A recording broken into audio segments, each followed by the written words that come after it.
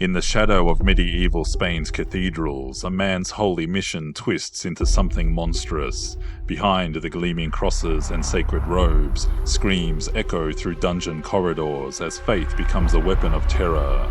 His name is Tomás de Torquemada, and this is his villainy.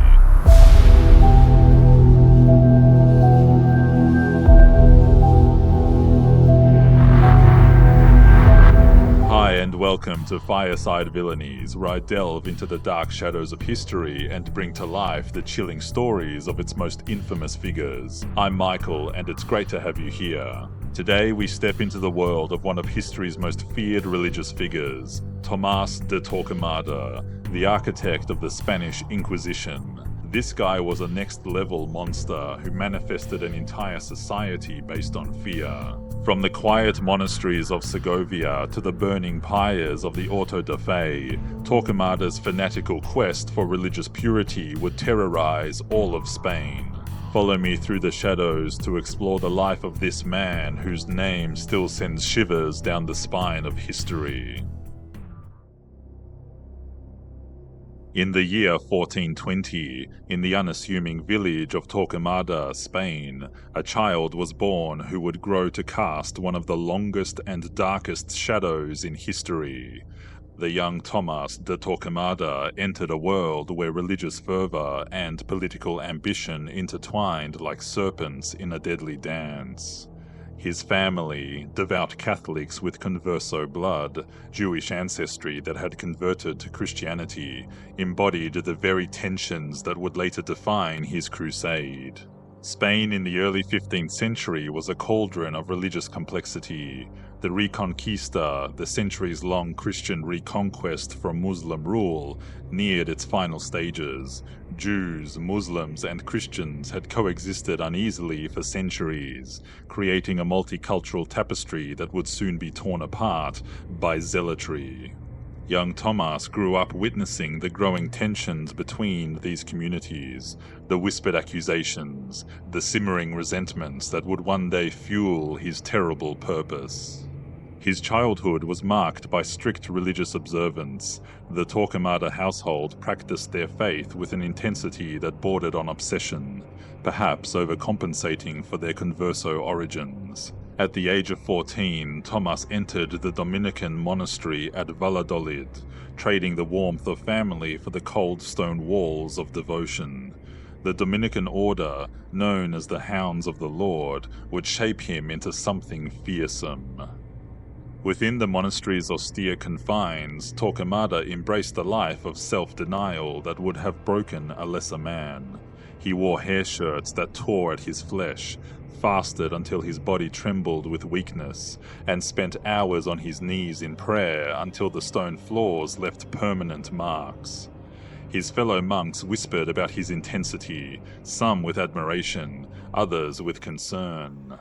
But what they saw as piety was already morphing into something darker, an obsession with purity that would one day demand blood.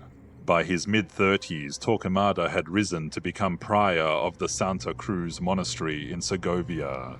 His reputation for uncompromising devotion caught the attention of the Spanish nobility. It was here that fate, or perhaps something more sinister, brought him into contact with the young Princess Isabella of Castile. He became her confessor, whispering guidance into royal ears, planting seeds that would grow into a forest of funeral pyres. The relationship between Torquemada and Isabella was unlike any typical confessor-penitent dynamic. He recognized in her a vessel for his vision of a purely Catholic Spain. In their private sessions, he spoke not just of sin and redemption, but of power and purpose. "God has chosen you," he would tell her, his eyes burning with conviction, "to cleanse this land of heresy." When Isabella married Ferdinand of Aragon in 1469, Torquemada's influence expanded exponentially. The union of these two kingdoms created a power base that could finally achieve what he had long dreamed of: religious uniformity enforced by royal authority. The monarchs, facing a fractured realm with competing religious identities, found in Torquemada's vision a solution to their political challenges. In 1478, after years of careful maneuvering and persistent counsel, Torquemada's greatest ambition was realized. Pope Sixtus IV, under pressure from the Spanish crown, issued a papal bull authorizing the establishment of the Spanish Inquisition. What began as a mechanism to ensure the sincerity of converted Jews quickly transformed under Torquemada's guidance into a machine of terror unprecedented in European history. When Torquemada was appointed Grand Inquisitor in 1483, he wasted no time in transforming the institution into his image. He established a vast bureaucracy of terror, recruiting zealots who shared his fanatical vision. Inquisitors were trained in methods of interrogation that would make even hardened soldiers blanch. They learned to read fear in trembling hands, to detect heresy in nervous glances, to extract confessions through calculated cruelty. The tribunals Torquemada established operated with chilling efficiency.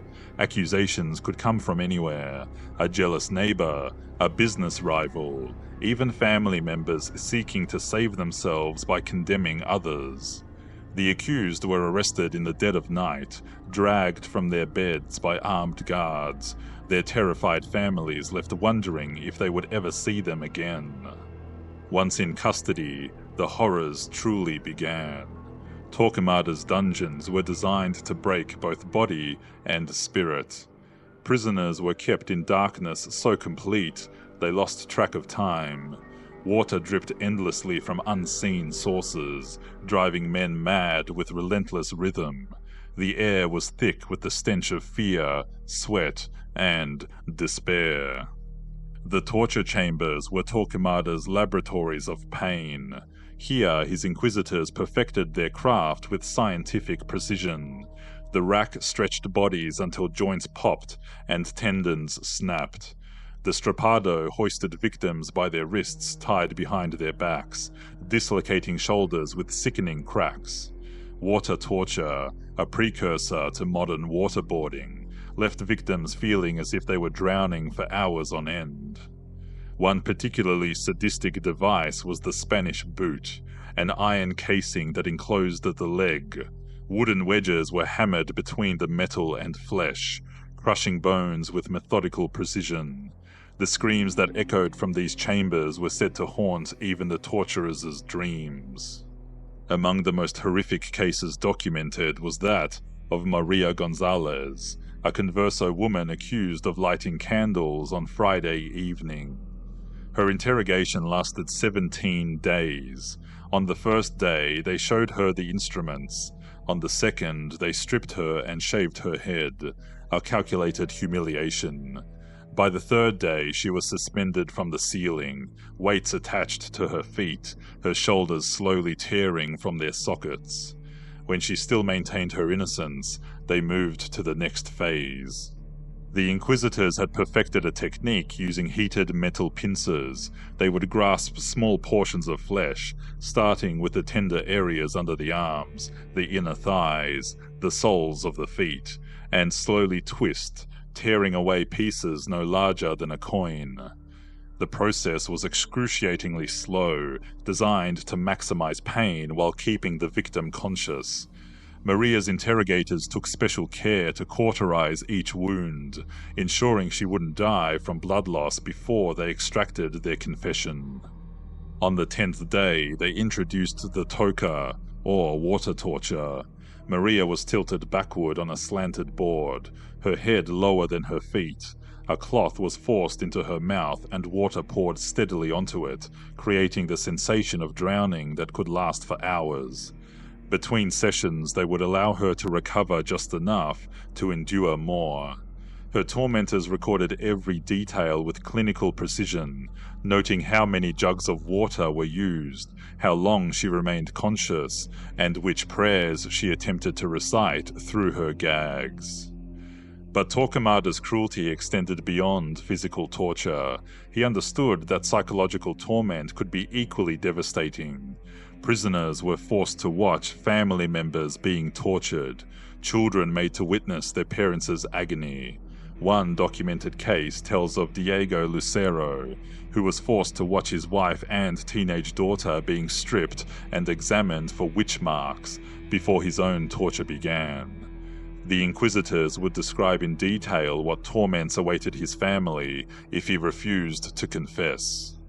The examination for witch marks was itself a form of sexual torture disguised as religious procedure.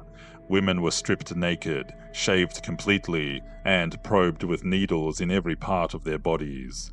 Any mole, birthmark, or blemish could be declared a devil's mark. The process was deliberately humiliating, conducted by male inquisitors who took their time examining young women for hours. Some of Torquemada's most diabolical innovations involved the manipulation of hope. Prisoners would be told their families had paid for their release, only to be dragged back to the torture chamber at the last moment. Others were promised mercy if they named accomplices, then tortured anyway to verify their accusations. This psychological warfare broke spirits as effectively as physical pain broke bodies. Prisoners were forced to listen to the screams of others being tortured, their imaginations conjuring horrors perhaps worse than reality. They were told their families had abandoned them, that their friends had denounced them, that their only hope lay in confession. The confessions extracted under such duress were meticulously recorded by scribes who sat calmly amidst the agony, their quills scratching parchment as flesh tore and bones broke. These documents, stained with sweat and sometimes blood, became the evidence that justified further persecution. The auto da fe, or act of faith, was Torquemada's masterpiece of public terror. These elaborate ceremonies transformed execution into theatre, turning death into spectacle. Entire cities would be commanded to attend, the streets lined with soldiers ensuring no one could look away from the horror about to unfold. The preparation for an auto da fe began weeks in advance. Carpenters built massive platforms and stakes in the city's main plaza. Vendors set up stalls selling food and drink, as if preparing for a festival. The condemned spent their final days in solitary cells, subjected to intense pressure to repent. Those who refused were gagged to prevent them from speaking heresy at the last moment. On the day of the execution, church bells tolled from dawn. The procession began with the green cross of the Inquisition, draped in black crepe. Behind it marched the condemned, dressed in San Benitos, yellow penitential garments painted with flames, pointing downward for the repentant, upward for the unrepentant. Devils and dragons adorned these robes, their grotesque faces seeming to mock the wearers. Tall pointed hats called carrozas completed the humiliating costume. The condemned, barefoot and bound, struggled under the weight of their chains. Some had been tortured so severely they had to be carried on litters. The procession wound through the city streets, deliberately passing the homes of the condemned so their families could witness their shame. Crowds jeered and threw refuse. Children were encouraged to spit on the heretics. One of the most horrific auto da fes occurred in Seville in 1481, early in Torquemada's reign. 6 men and 6 women, all prominent members of the converso community, were burned alive. Witnesses reported that the fires were deliberately built to burn slowly, prolonging the agony. One victim, Alvaro de Luna, took nearly an hour to die, his screams audible above the prayers of the crowd. The technical aspects of burning were grimly precise. Stakes were surrounded by circles of dry wood and straw, but green wood was mixed in to slow the burning. The executioners had perfected their craft. They knew exactly how to build a fire that would torment without quickly killing. Some victims suffocated from smoke inhalation, a relatively merciful death. Others remained conscious as their feet and legs burned, the flames gradually consuming them from bottom to top. Those who recanted at the last moment were shown Torquemada's version of mercy: strangulation before burning. The executioner would stand behind the stake with a garrote, tightening it around the victim's neck as the flames rose. But this mercy was often bungled, deliberately or not, leaving the victim partially strangled but still alive when the flames reached them.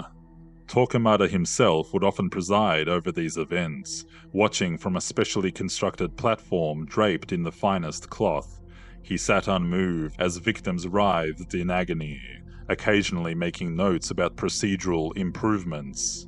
Witnesses described his face as utterly impassive, showing neither satisfaction nor remorse as human beings were reduced to ash before his eyes. To him, this was not cruelty, but necessity, the purification of Spain through fire. After the executions, the ashes were collected and scattered, denying the dead of any Christian burial. Property confiscated from the condemned was auctioned off, with proceeds going to the Inquisition. Families of the victims were marked for generations, barred from public office, certain professions, and even from wearing silk or riding horses.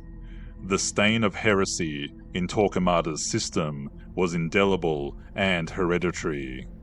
The psychological impact of these spectacles cannot be overstated. Children who witnessed auto-da-fés grew up with nightmares that lasted decades. Entire communities lived in terror, knowing that an accusation, true or false, could lead to the stake. Torquemada had created a society where fear was the primary instrument of social control, where neighbor watched neighbor, and where the smell of burning flesh became a familiar horror in Spanish cities. The year 1492 marked the apex of Torquemada's power and the nadir of Spain's humanity.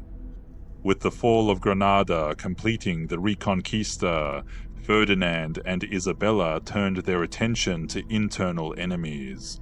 Torquemada seized this moment to achieve his ultimate goal, the expulsion of all Jews from Spain. The Alhambra decree, which Torquemada had long advocated for, gave Jews 4 months to convert or leave. The exodus that followed was biblical in scale and tragic in consequence. Over 200,000 people, men, women, and children, were forced to abandon homes their families had inhabited for centuries. They left behind property, businesses, and the graves of their ancestors. The roads leading to ports and borders became rivers of human misery. Exhausted families trudged through summer heat, carrying what few possessions they could. Bandits preyed upon them, knowing they carried their life savings. Ships' captains extorted exorbitant fees, sometimes abandoning their passengers on foreign shores or selling them into slavery. Those who chose conversion faced a different kind of torment. Now labeled new Christians or conversos, they lived under constant suspicion. Torquemada's spies watched for any sign of Jewish practices, lighting candles on Friday night, avoiding pork, or observing any Jewish holiday could mean arrest, torture, and death. As Torquemada aged, his paranoia intensified. He saw enemies everywhere, even among his closest associates. He rarely appeared in public without heavy guard, convinced that assassins lurked in every shadow. His living quarters became a fortress within a fortress, accessible only through multiple checkpoints manned by loyal guards. His personal habits grew increasingly bizarre. He would eat only food prepared by a trusted servant, and even then, only after it had been tasted by others. He slept little, spending nights poring over reports of suspected heretics, his chamber lit by candles that cast grotesque shadows on the walls. The final years of Torquemada's life were marked by failing health, but undiminished cruelty. Afflicted by gout that left him barely able to walk, he continued to direct the Inquisition from his sickbed. Even as his body betrayed him, his mind remained fixed on his terrible purpose. On September 16, 1498, Tomás de Torquemada died at the age of 78 in the monastery of St. Thomas at Avila. His passing was not mourned, but met with quiet relief across Spain. The monster who had terrorized the nation for 15 years was finally gone, though the institution he had shaped would continue its grim work for centuries. The legacy of Torquemada is written in blood and measured in human suffering. Modern historians estimate that during his tenure as Grand Inquisitor, approximately 2,000 people were burned at the stake. Countless others died under torture or in the squalid conditions of Inquisition prisons. The exact number may never be known, as many records were lost or destroyed. Beyond the immediate death toll, Torquemada's actions had profound and lasting consequences. The expulsion of the Jews devastated Spain's economy, removing skilled artisans, merchants, and intellectuals.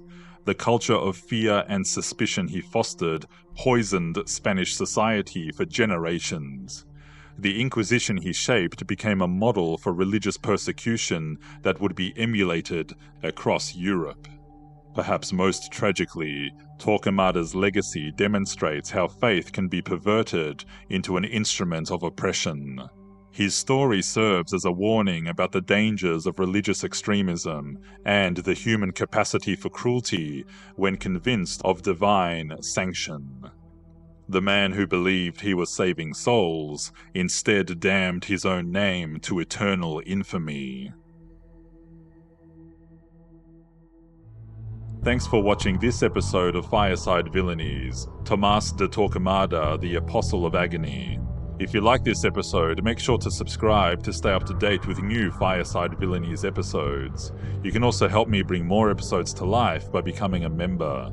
Members get access to exclusive content, early releases, and more. There's more info in the video description. And that brings us to the end of Tomás de Torquemada's dark journey. You know, it's terrifying to think how someone's religious devotion could twist into something so monstrous. Here was a man who started as a simple friar and ended up creating one of history's most feared institutions. The sheer scale of suffering he caused is staggering. Thousands of innocent people, men, women, and children, all subjected to unimaginable torture. And for what? Their only crime was being different, believing differently. It's heartbreaking to think about all those families torn apart, all those lives destroyed. But here's the thing, even from this darkness we can learn something important. The fact that the Inquisition was eventually dismantled, that people fought back against this kind of religious persecution, that shows us something powerful about the human spirit. Torquemada's story is a stark reminder that we need to stay vigilant. Power corrupts, especially when it's wrapped in righteousness. Thanks for sticking with me through this heavy episode. I know it's not always easy to listen to these stories, but I hope it's given you something to think about. And if you need a breather from all these shadowy tales, check out my other YouTube channel, Hoodie History. That's where I tell all kinds of fascinating stories from the past. The link's in the description. Remember, history isn't just dusty old books and dates, it's real people and real stories. The good, the bad, and everything in between. And by understanding even the darkest parts of our past, we can work toward a better future. Keep watching Fireside Villainies for more stories from the dark recesses of history. Until next time, tread carefully in the shadows.